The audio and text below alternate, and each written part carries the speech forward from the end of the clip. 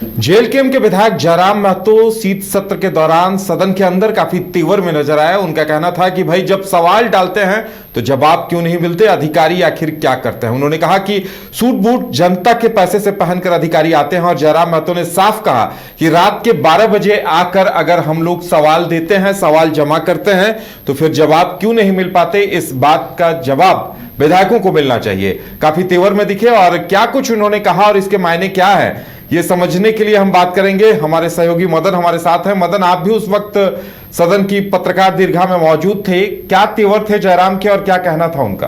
देखिए, दो विषयों पर मुखरता से जयराम महतो ने अपनी बातों को रखा। एक तो जब आज अनुपूरक बजट को लेकर के चर्चा चल रही थी तो उस दौरान उन्होंने अपने पार्टी का पक्ष रखते हुए ये कहा कि हम जनता के हित के लिए यहाँ पर आए हैं, जनता से जुड़े हुए सवालों को उठाने के लिए आए हैं और सबसे बड़ा लोकतंत्र का मंदिर यही है। तो ऐसे में अगर यहाँ हमें न्याय नहीं मिलेगा, जनता के सवालों का जवाब नहीं मिलेगा, तो ऐसे में यहाँ पर आकर के कुछ भी पूछना और बताना कोई इसका मतलब नहीं निकलता।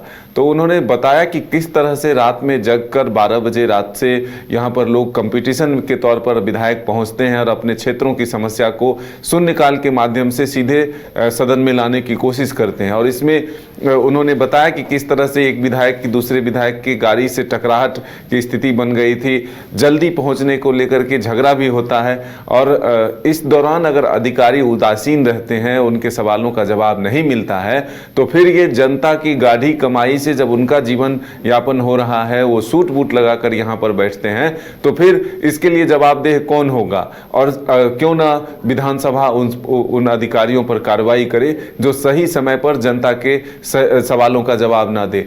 दूसरी तरफ उन्होंने ये सवाल उठाया कि जब राज्य के मंत्रियों के लिए आवास 4 करोड़ से अधिक राशि के बन सकते हैं तो ऐसे राज्य में बच्चों के छात्रवृत्ति क्यों ना मिले और वो बच्चे अपने जीवन को अधर में क्यों डाले, अपने करियर को मुसीबत में क्यों डाले। उनके साथ तो नाइंसाफी हो रही है। उन्होंने ये भी कहा कि सरकार के खजाने में पैसे हैं या नहीं ये मुझे मालूम नहीं, लेकिन सरकार अगर ये कहती है कि सब कुछ ठीक है तो बच्चों को छात्रवृत्ति मिलनी चाहिए। बच्चों को केंद्र ने नहीं दिया, राज्य के पास नहीं है, ये उससे उनको मतलब नहीं है। आपको इस राज्य के बच्चों के भविष्य के साथ खिलवाड़ नहीं करना चाहिए। आप बच्चों को तुरंत छात्रवृत्ति दे। ये तेवर जो है जयराम महतो के दिखे। तो काफ़ी आक्रामक मूड में उन्होंने आज स्पीकर के सामने अपनी बातों को रखा कि जनता के सवालों का जवाब अगर अधिकारी नहीं देंगे तो ऐसे अधिकारियों को दंडित किया जाना चाहिए ताकि आगे से वो समय पर जनता के जुड़े सवालों का जवाब दें।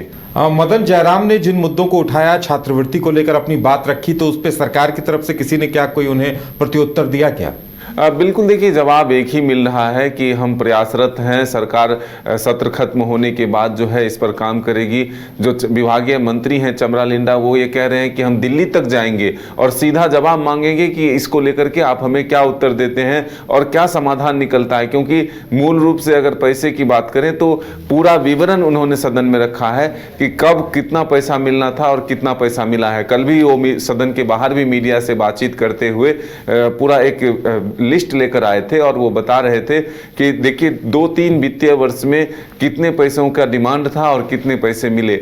ऐसे में हम कहां से दें, ये हमारी असमर्थता है और इसको लेकर के हम दिल्ली तक जाएंगे और सीधे तौर पर बात करके लौटेंगे कि बच्चों को, छात्रों को छात्रवृत्ति कब तक मिलती है, इस पर हम जल्द से जल्द कोई ना कोई रास्ता निकालेंगे। चलिए, तो अब जयराम के कड़े तेवरों ने जता दिया है कि अगर इसी तरह से सत्र चलता रहा, सरकार का रवैया यही रहा, तो आगे आंदोलन की राह पकड़ेंगे। और काफी मजबूती के साथ, तेवर के साथ उन्होंने अपने शब्दों को रखा है और कहा है कि अधिकारी कहीं न कहीं जिम्मेदार हैं जो जनता के सवालों का, विधायकों की तरफ से लाए गए जन मुद्दों को लेकर कहीं न कहीं बचने का प्रयास करते दिखाई दे रहे हैं और ये बिल्कुल नहीं चलेगा।